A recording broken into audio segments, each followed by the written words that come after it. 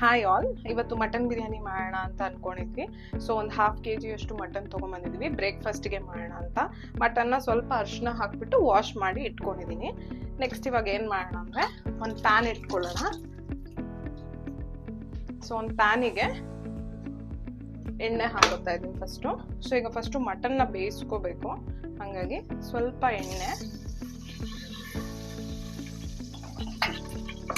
ಎಣ್ಣೆ ಹಾಕಿದ್ದೀನಿ. ಸೊ ಇದಕ್ಕೆ ಸ್ವಲ್ಪ ಚಕ್ಕೆ ಲವಂಗ, ಒಂದು 2 ಪೀಸ್ ಅಷ್ಟು, ಇದು ಜಸ್ಟ್ ಒಗ್ಗರಣೆ ಹಾಕೊಳ್ಳೋಕಷ್ಟೇ. ಅದಾದ್ಮೇಲೆ ಹಸಿಮೆಣಸಿನ್ಕಾಯಿ ಕಟ್ ಮಾಡಿ ಇಟ್ಕೊಂಡಿದ್ದೀನಿ, ಒಂದು 5 ಹಸಿಮೆಣಸಿನ್ಕಾಯಿ, ಒಂದು ಸ್ವಲ್ಪ ಬೆಳ್ಳುಳ್ಳಿ. ಸೊ ಅದಾದ್ಮೇಲೆ ಈರುಳ್ಳಿ ಉದ್ದುದ್ದಕ್ಕೆ ಹೆಚ್ಚಿಟ್ಕೊಂಡಿದ್ದೀನಿ ಈರುಳ್ಳಿ. ಸೊ ಇದನ್ನ ಸ್ವಲ್ಪ ಫ್ರೈ ಮಾಡ್ಕೊಳ್ಳೋಣ.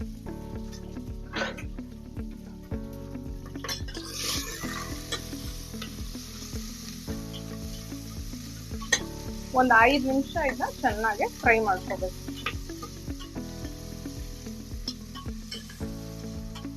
3 ನಿಮಿಷ ಆದ್ಮೇಲೆ ಈರುಳ್ಳಿ ಚೆನ್ನಾಗಿ ಫ್ರೈ ಆಗಿದೆ, ಆಲ್ಮೋಸ್ಟ್ ಬ್ರೌನಿಶ್ ಟರ್ನ್ ಆಗ್ತಿದೆ. ಸೊ ಇವಾಗ ನಾನು ಪುದೀನಾನ ತೊಳೆದು ಇಟ್ಕೊಂಡಿದ್ದೀನಿ. ಇದನ್ನ ನೀವು ಕಟ್ ಮಾಡಾದ್ರೂ ಹಾಕೋಬಹುದು, ನಾನು ಹಂಗೆ ಹಾಕ್ತಾ ಇದ್ದೀನಿ. ಸೊ ಆಲ್ಮೋಸ್ಟ್ 1 ಇಡಿ ಆಗೋಷ್ಟು ಪುದೀನ ಹಾಕೋತಾ ಇದ್ದೀನಿ. ಸೊ ಇದು ಒಳ್ಳೆ ಫ್ಲೇವರ್ ಕೊಡುತ್ತೆ ನಿಮಗೆ.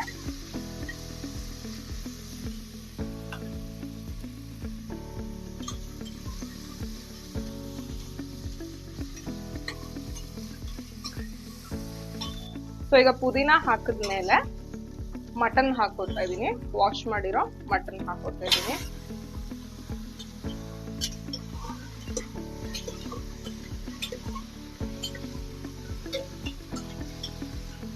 ಸೊ ಇದನ್ನ ಒಂದು ಸ್ವಲ್ಪ ಈ ಒಗ್ಗರಣೆಲೆ ಬೇಯಿಸ್ಕೋಬೇಕು.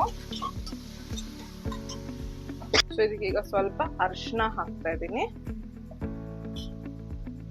ಅದಾದ್ಮೇಲೆ ಒಂದ್ ಸ್ವಲ್ಪ ಸಾಲ್ಟ್, ನಾನು ಯೂಶಲಿ ಕಲ್ಲುಪ್ಪು ಹಾಕ್ತೀನಿ.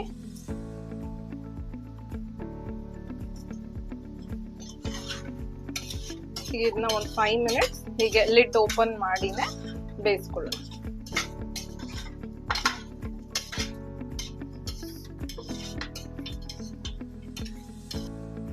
ಸೊ ಈಗ ಮಟನ್ನ ಸ್ವಲ್ಪ ಆಯಿಲಲ್ಲಿ ಚೆನ್ನಾಗಿ ಫ್ರೈ ಮಾಡಾದ್ಮೇಲೆ ಒಂದು ಸ್ವಲ್ಪ ನೀರು ಹಾಕ್ಬಿಟ್ಟು ಈಗ ಇದನ್ನ ಕುಕ್ಕರ್ ಕ್ಲೋಸ್ ಮಾಡೋಣ.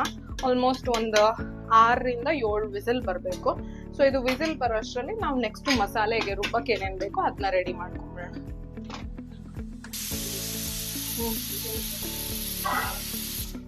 ಸೊ ಇವಾಗ ರುಬ್ಬಕ್ಕೆ ಏನೇನು ಬೇಕು ಅಂತ ಹೇಳ್ತೀನಿ. ಒಂದು 5 ಹಸಿಮೆಣಸಿನ್ಕಾಯಿ ಹಾಕ್ತಾ ಇದ್ದೀನಿ, ಆಲ್ರೆಡಿ ಮಟನ್ ಜೊತೆಗೂ ಹಾಕಿದ್ದೀನಿ.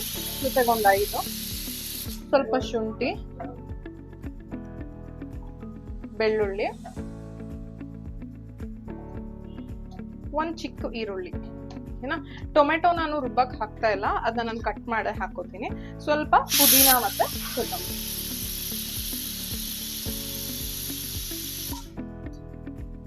ಸೊ ಈಗ ಇದನ್ನ ನೀಟಾಗಿ ಗ್ರೈಂಡ್ ಮಾಡ್ಕೊಳ್ಳೋಣ.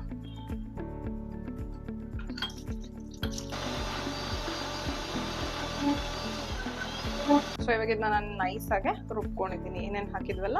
ಸೊ ಅದು ನೀಟಾಗೆ ನೈಸಾಗಿ ರುಬ್ಕೊಂಡಿದ್ದೀನಿ. 7 ವಿಸಿಲ್ ಆಗಿದೆ. ಈಗ ಓಪನ್ ಮಾಡೋಣ. ನೋಡಿ ಮಟನ್ ಆಲ್ಮೋಸ್ಟ್ ಬೆಂದಿದೆ. ಸೊ ಇಷ್ಟು ಬೆಂದಿರ್ಬೇಕು ನಮ್ಗೆ, ಓಕೆನಾ? ಸೊ ಬೆಂದಿದೆ. ಇದನ್ನ ಬೇರೆ ಪಾತ್ರೆಗೆ ಹಾಕೊಳ್ಳೋಣ.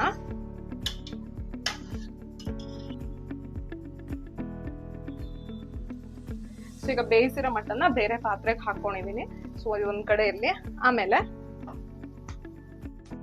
ಅರ್ಧ kg ಮಟನ್ಗೆ ಅರ್ಧ kg ಅಕ್ಕಿ ತಗೊಂಡಿದ್ದೀನಿ. ಇದನ್ನ ಆಲ್ಮೋಸ್ಟ್ ಒಂದು ½ an hour ಇಂದ ನೆನ್ಸಿಟ್ಟಿದ್ದೀನಿ, ಓಕೆನಾ? ಸೊ ಇದು ಒಂದ್ ಕಡೆ ಇರ್ಲಿ. ಈಗ ನೆಕ್ಸ್ಟ್ ಒಗ್ಗರಣೆಗೆ ಏನ್ ಬೇಕು ನೋಡ್ಕೊಳ್ಳೋಣ. ಪ್ಯಾನ್ ಇಟ್ಟಿದ್ದೀನಿ. ಈಗ ಇದಕ್ಕೆ ಆಯಿಲ್ ಹಾಕ್ತಾ ಇದ್ದೀನಿ. ಆಲ್ರೆಡಿ ಆಗ್ಲೇನು ಆಯಿಲ್ ಹಾಕಿದೀವಿ. ಸೊ ಈಗ ಸ್ವಲ್ಪ ಆಯಿಲ್ ಹಾಕೋತಾ ಇದ್ದೀನಿ. ಪ್ಯಾನ್ಗೆ ಆಯಿಲ್ ಹಾಕಿದೀವಿ. ಎಣ್ಣೆ ಕಾದಾದ್ಮೇಲೆ ಬೇ ಲೀಫ್ ಹಾಕ್ತಾ ಇದ್ದೀನಿ. ಸೊ ನೀವು ಅಕಾರ್ಡಿಂಗ್ಲಿ 1 or 2 ಹಾಕೊಳ್ಳಿ. ನಾನು 2 ಬೇ ಲೀಫ್ ಹಾಕಿದ್ದೀನಿ. ಅದಾದ್ಮೇಲೆ ಇದು ಬಂದು ಕಲ್ಲುವ್ವ ಹಾಕ್ತಾ ಇದ್ದೀನಿ. ಸ್ಟಾರ್,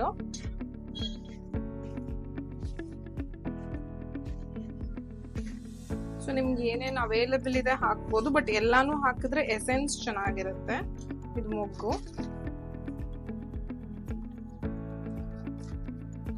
ಅದಾದ್ಮೇಲೆ ಕಸೂರಿ ಮೇಥಿ.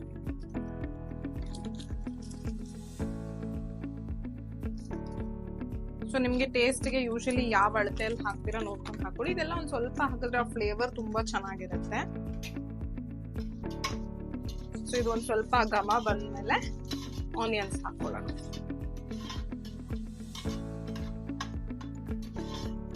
ಸೊ ಇದೆಲ್ಲ ಒಂದು ಫ್ಲೇವರ್ ಸ್ಮೆಲ್ ಬರ್ತಾ ಇದೆ. ಈಗ ಇದಕ್ಕೆ ಆನಿಯನ್ಸ್ ಹಾಕೊಳ್ಳೋಣ. ಆನಿಯನ್ಸ್ ನಾನು ಉದ್ದುದ್ದ ಹೆಚ್ಚಿಟ್ಕೊಂಡಿದ್ದೀನಿ. ಆಲ್ರೆಡಿ ಮಟನ್ಗೂ ಒಂದು ಆನಿಯನ್ ಹಾಕಿದ್ದೆ, ಸೊ ಇದಕ್ಕೆ ಒಂದು ಆನಿಯನ್ ಹಾಕ್ತಾ ಇದ್ದೀನಿ. ಸೊ ಇದನ್ನ ಚೆನ್ನಾಗಿ ಫ್ರೈ ಮಾಡ್ಬೇಕು. ಸೊ ಆಲ್ಮೋಸ್ಟ್ ಬ್ರೌನಿಶ್ ಆಗೋವರೆಗೂ ಫ್ರೈ ಮಾಡ್ಕೊಳ್ಳೋಣ.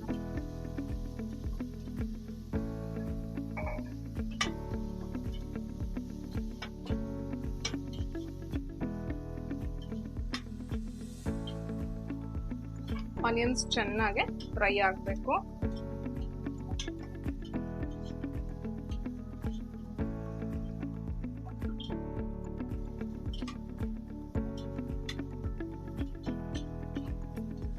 ಈಗ ಆನಿಯನ್ ಫ್ರೈ ಆಗಿದೆ. ಈಗ ಇದಕ್ಕೆ ನಾವು ರುಬ್ಬಿಟ್ಕೊಂಡಿರೋಂಥ ಕೊತ್ತಂಬರಿ, ಪುದೀನ, ಹಸಿಮೆಣಸಿನ್ಕಾಯಿ ಎಲ್ಲ ಹಾಕಿ ರುಬ್ಬಿಟ್ಕೊಂಡಿದ್ವಲ್ಲ ಆ ಪೇಸ್ಟ್ ನ ಹಾಕ್ತಾ ಇದೀವಿ.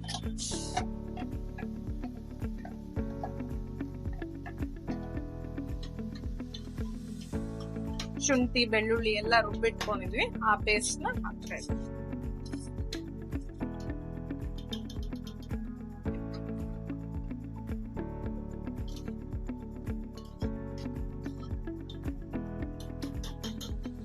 ಸರಿ, ಚೆನ್ನಾಗಿ ಆ ಹಸಿ ವಾಸನೆ ಎಲ್ಲ ಹೋಗ್ಬೇಕು.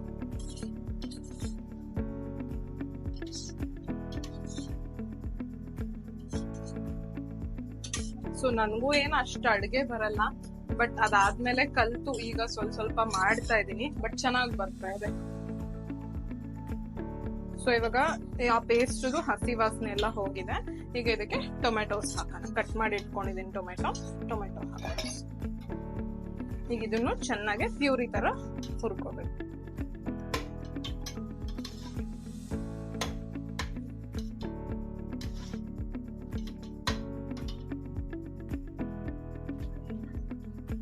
ಸೊ ಈಗ ಇದನ್ನ ನೀಟಾಗಿ ಬೇಯಿಸ್ಕೋಬೇಕು. ಟೊಮೆಟೊನು ಚೆನ್ನಾಗಿ ಬೇಯಬೇಕು. ಒಂದು ಪ್ರಾಪರ್ ನಮ್ಗೆ ಏನ್ ಗೊಜ್ಜು ತರ ಆಗತ್ತೆ ಆ ತರ ಗೊಜ್ಜು ಆಗ್ಬೇಕು.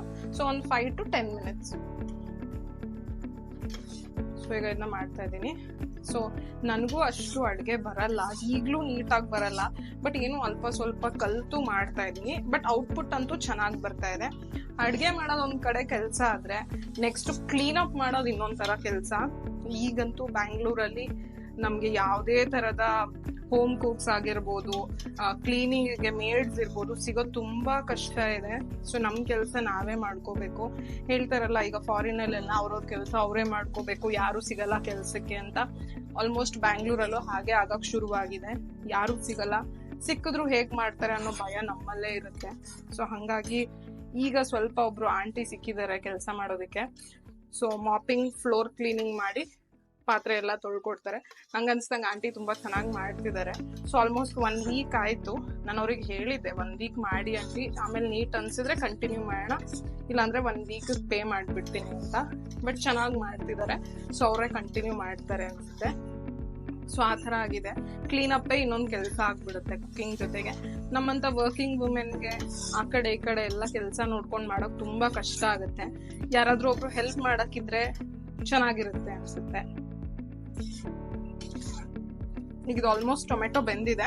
ಸೊ ಒಂದ್ ಸ್ವಲ್ಪ ಖಾರದ ಪುಡಿ ಹಾಕ್ತಿದ್ದೀನಿ. ಟೇಸ್ಟ್ ನೋಡ್ಕೊಂಡು ಹಾಕೊಳ್ಳಿ. ಆಲ್ರೆಡಿ ಹಸಿಮೆಣಸಿನ್ಕಾಯಿ ಹಾಕಿದೀನಿ, ಹಾಗಾಗಿ ಸ್ವಲ್ಪ ಖಾರದ ಪುಡಿ ಹಾಕ್ತಾ ಇದ್ದೀನಿ. ನೆಕ್ಸ್ಟ್ ಚಕ್ಕೆ ಲವಂಗ ಆಲ್ರೆಡಿ ಒಗ್ಗರಣೆಗೆ ಹಾಕಿದ್ದೆ, ಒಂದ್ ಸ್ವಲ್ಪ ಪುಡಿನೂ ಹಾಕ್ತಾ ಇದ್ದೀನಿ. ವೆರಿ ಸ್ಮಾಲ್ ಸ್ಪೂನ್ ಆಫ್ ಚಕ್ಕೆ ಲವಂಗ. ನಾನು ಯಾವಾಗಾದ್ರೂ ಈ ತರ ಪುಡಿ ಮಾಡಿ ಇಟ್ಕೊಂಡಿರ್ತೀನಿ. ಸೊ ಈ ಚಕ್ಕೆ ಲವಂಗ ಪುಡಿನೂ ಹಾಕ್ತಾ ಇದ್ದೀನಿ. ಅದಾದ್ಮೇಲೆ ಸ್ವಲ್ಪ ಧನಿಯಾ ಪೌಡರ್.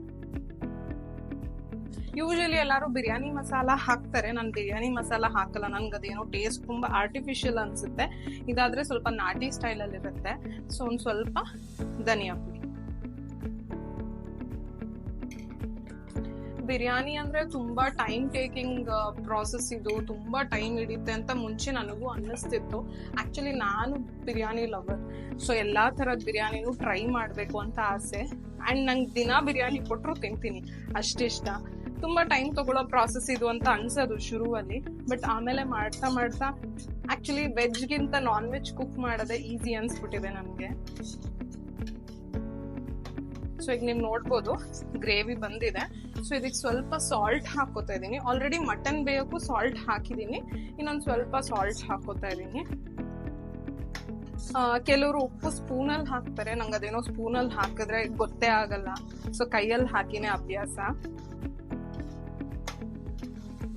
ಸೊ ಈಗ ಇದಕ್ಕೆ ನಾನು ಕರ್ಡ್ ಹಾಕೋತೀನಿ. ಸೊ ಕರ್ಡ್ ಹಾಕೋಬೇಕು. ಇದು ಮನೇಲೆ ಮಾಡಿರೋಂತ ಮೊಸರು. ಸೊ ಈ ಕೆನೆ ಪಾರ್ಟ್ ಎಲ್ಲ ತೆಗ್ದ್ಬಿಟ್ಟು, ಯೂಶಲಿ ನಾನು 1 ಲೀಟರ್ ಹಾಲು ತಗೊಂಡ್ಬರ್ತೀನಿ. 1 ಲೀಟರ್ ಹಾಲು ತಗೊಂಬಂದು ಅರ್ಧ ಲೀಟರ್ ಹಾಲು ಮಾಮೂಲಿ ಕಾಫಿ ಟೀ ಇಲ್ಲ ಹಾಲ್ಗೆ, ಮಿಕ್ಕಿದ್ದನ್ನ ಹಾಕ್ಬಿಡ್ತೀನಿ ಅಕಾರ್ಡಿಂಗ್ಲಿ. ಪ್ಯಾಕೆಟ್ ಮೊಸರು ಬಳಸೋದು ತುಂಬಾ ಕಡಿಮೆ. ಸೊ ಮೊಸರು ಒಂದು 5 to 6 ಸ್ಪೂನ್ಸ್ ಅಷ್ಟು ಮೊಸರು. ಟೊಮೆಟೊನು ಹಾಕಿದೀವಿ, ಸೊ ಹುಳಿ ಜಾಸ್ತಿ ಆಗ್ಬಾರ್ದು ಅಂತ ಇಷ್ಟೇ ಹಾಕ್ತಾ ಇದೀನಿ. ಸೊ ನಿಮ್ಗೆ ಕಲರ್ ಚೆನ್ನಾಗಿ ಕಾಣಿಸ್ತಾ ಇರ್ಬೋದು ಅನ್ಸುತ್ತೆ. ಸೊ ಇದು ಆಲ್ಮೋಸ್ಟ್ ಗ್ರೇವಿ ರೆಡಿ ಆಗಿದೆ. ಈಗ ಇದಕ್ಕೆ ನಾವು ಬೇಯಿಸಿಟ್ಕೊಂಡಿರೋ ಮಟನ್ ಹಾಕೋಣ. ಸೊ ಆಲ್ರೆಡಿ ಇಲ್ಲಿ ಬೇಯಿಸಿಟ್ಕೊಂಡಿದ್ದೀನಿ ಮಟನ್, ನಾನು ಅವಾಗಲೇ ಬಿಸಿಲು ಕೂಗ್ಸಿಟ್ಟಿದ್ವಲ್ಲ, ಸೊ ಆ ಮಟನ್ ಹಾಕ್ತೀನಿ. ಸೊ ಮೊಸರು ಹಾಕಿ 1 ನಿಮಿಷ ಆದ್ರೆ ಸಾಕು, ಹಾಕ್ಬೋದು ಆರಾಮಾಗೆ.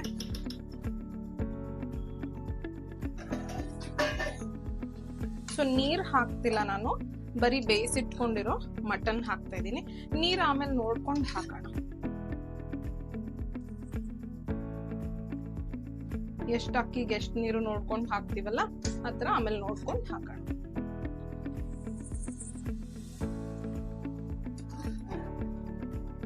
ಸೊ ಫಸ್ಟ್ ಈ ಫ್ಲೇವರ್ಡ್ ವಾಟರ್ನ ಹಾಕ್ಬಿಟ್ಟೆ ಆಮೇಲೆ ನಾನು ಬೇರೆ ವಾಟರ್ ಹಾಕೋದು. ಸೊ ಕೆಲವರು ಪೀಸು ಮತ್ತೆ ಗ್ರೇವಿನೇ ಬೇರೆ, ಆಮೇಲೆ ರೈಸ್ ಕುಕ್ ಮಾಡ್ಕೊಂಡು ಅದನ್ನೇ ಲೇಯರ್ಸ್ ಆಗಿ ಹಾಕೋತಾರೆ. ಬಟ್ ನಂಗೆ ಅದೇನೋ ಅಷ್ಟು ಫ್ಲೇವರ್ ಅನ್ಸಲ್ಲ ಅದು. ಒಬ್ಬೊಬ್ರು ಟೇಸ್ಟ್ ಒಂದೊಂದ್ ತರ ಅಂತೀವಲ್ಲ, ಆತರ ನನ್ಗೆ ಈ ತರ ಮಿಕ್ಸ್ಡ್ ಬಿರಿಯಾನಿನೇ ಇಷ್ಟ ಆಗುತ್ತೆ.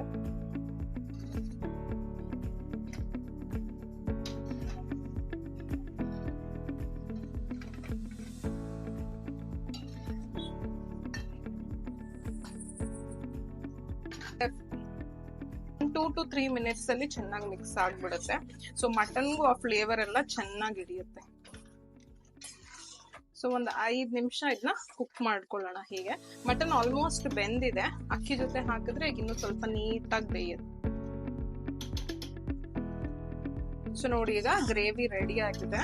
ಸೊ ಈ ತರ ಗ್ರೇವಿ ಬಂದ್ರೆ ನಿಮ್ಗೆ ರೈಸ್ ಕೂಡ ಫ್ಲೇವರ್ಫುಲ್ ಆಗಿರುತ್ತೆ, ಟೇಸ್ಟಿ ಆಗಿರುತ್ತೆ.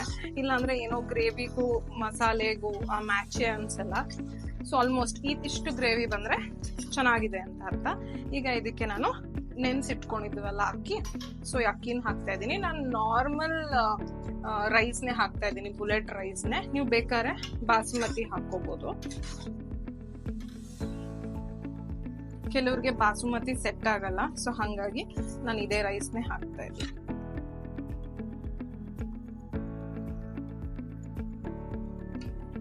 ಸೊ ನಾನು ಅರ್ಧ ಕೆಜಿ ಮಟನ್ಗೆ ಅರ್ಧ ಕೆಜಿ ಆಗೋ ಅಷ್ಟೇ ಅಕ್ಕಿ ತಗೊಂಡಿದ್ದೀನಿ.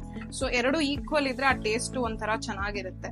ಇಲ್ಲ ಮಟನ್ ಕಡಿಮೆ ಆಗಿ ಅಕ್ಕಿ ಜಾಸ್ತಿ ಆಯ್ತು ಅಂದ್ರೆ ನಿಮ್ಗೆ ನಾರ್ಮಲ್ ಕುಷ್ಕಾ ತಿಂದಂಗೆ ಅನ್ಸ್ಬಿಡುತ್ತೆ. ಸೊ ಹಂಗಾಗಿ ಎರಡು ಈಕ್ವಲ್ ಅಮೌಂಟ್ ಅಲ್ಲೇ ತಗೊಂಡು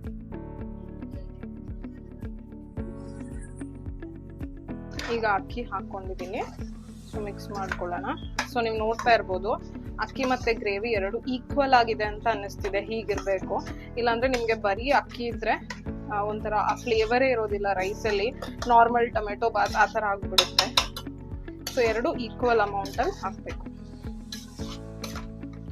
ಸೊ ಈಗ ನಾನು 2 ಅಕ್ಕಿಗೆ 4 ನೀರು ತಗೋತೀನಿ.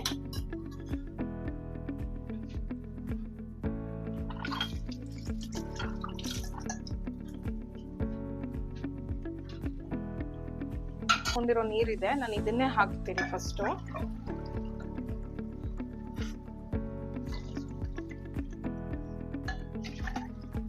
ಆಲ್ಮೋಸ್ಟ್ ಇದು 1.5 ಗ್ಲಾಸ್ ಅಷ್ಟಿದೆ. ಇದನ್ನ ಹಾಕೋತೀನಿ ಮೊದಲು.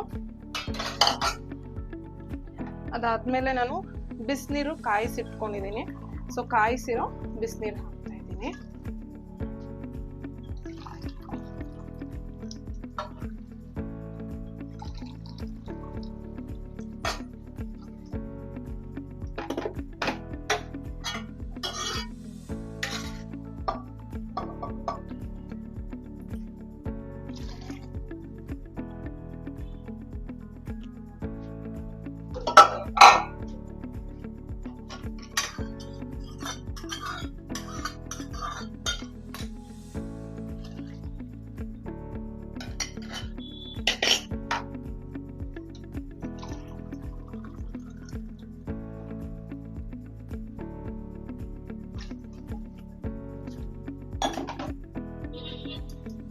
ಸೊ ಈಗ ಬೇಕಾದ್ರೆ ನೀವು ಒಂದ್ಸತಿ ಒಂದ್ ಕುದಿ ಬಂದ್ಮೇಲೆ ಟೇಸ್ಟ್ ನೋಡ್ಬಿಟ್ಟು ಆಮೇಲೆ ಉಪ್ಪು ಖಾರ ಎಲ್ಲ ಕರೆಕ್ಟ್ ಆಗಿದ್ರೆ ಕುಕ್ಕರ್ ಕ್ಲೋಸ್ ಮಾಡ್ಬಿಟ್ಟು ಒಂದು 2-3 ವಿಸಿಲ್ ಹೊಡ್ಸ್ಕೋಬಹುದು.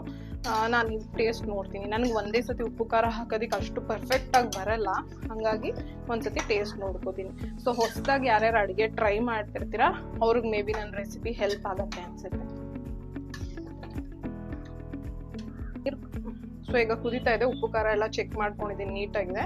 ಸ್ವಲ್ಪ ಟಾಪಿಂಗ್ಗೆ ಗೀ ಹಾಕ್ತಾ ಇದ್ದೀನಿ. ನೀವು ಬೇಕಾದ್ರೆ ಗೀ ದಮ್ ಕಟ್ಟಕ್ಕೂ ಹಾಕ್ಬೋದು. ನಾನೇನು ದಮ್ ಕಟ್ತಾ ಇಲ್ಲ, ಡೈರೆಕ್ಟ್ ಗೀ ಹಾಕೋತಾ ಇದ್ದೀನಿ. ಈಗ ನೀರೆಲ್ಲ ಹಾಕಿದ್ದೀನಿ. ಸೊ ಕುಕ್ಕರ್ ಮುಚ್ಚಿಬಿಟ್ಟು ಒಂದು 2 ವಿಸಿಲ್ ಬರ್ಸ್ಕೊಳ್ಳೋಣ. ಸೊ ಬಿರಿಯಾನಿ ರೆಡಿ ಆಗುತ್ತೆ. ಸೊ ನಾನೀಗ 1 ವಿಸಿಲ್ ಬರೋವರೆಗೂ ಕುಕ್ಕರ್ನ ಡೈರೆಕ್ಟ್ ಫ್ಲೇಮ್ ಮೇಲೆ ಇಟ್ಟಿದ್ದೀನಿ. ಸೆಕೆಂಡ್ ವಿಸಿಲ್ಗೆ ಈ ತರ ತವಾ ಬಿಸಿ ಮಾಡ್ಕೊಂಡು ತವಾ ಮೇಲೆ ಇಡ್ತೀನಿ. ಬಿಕಾಸ್ ಅಕಸ್ಮಾತ್ ತಳ ಹತ್ತೋ ಚಾನ್ಸಸ್ ಇದ್ರೆ ತಳ ಹತ್ತೋದಿಲ್ಲ. ಸೊ ಹಂಗಾಗಿ ತವಾ ಬಿಸಿ ಮಾಡಕ್ ಇಟ್ಟಿದ್ದೀನಿ. ಅಷ್ಟ್ರಲ್ಲಿ 1 ವಿಸಿಲ್ ಬರುತ್ತೆ. ಸೊ 2 ವಿಸಿಲ್ ಆಗಿದೆ. ಸೊ ಒಂದ್ಸತಿ ಇದನ್ನ ನೀಟಾಗಿ ಮಿಕ್ಸ್ ಮಾಡ್ಕೊಳ್ಳೋಣ. ನೋಡ್ತಾ ಇದ್ದೀರಲ್ಲ ಎಷ್ಟು ನೀಟಾಗಿ ಆಗಿದೆ mutton biryani. So Sunday special mutton biryani ready ಇದೆ. So very simple recipe, but ಒಂದು ಸ್ವಲ್ಪ ಟೈಮ್ ಹಿಡಿತು ಅನಿಸ್ತು. ನೀವು ಒಂದು ಸ್ವಲ್ಪ ಕಲಿತಾ ಇನ್ನೂ ಪರ್ಫೆಕ್ಷನ್ ಚೆನ್ನಾಗಾಗತ್ತೆ. So this is for today. Thank you.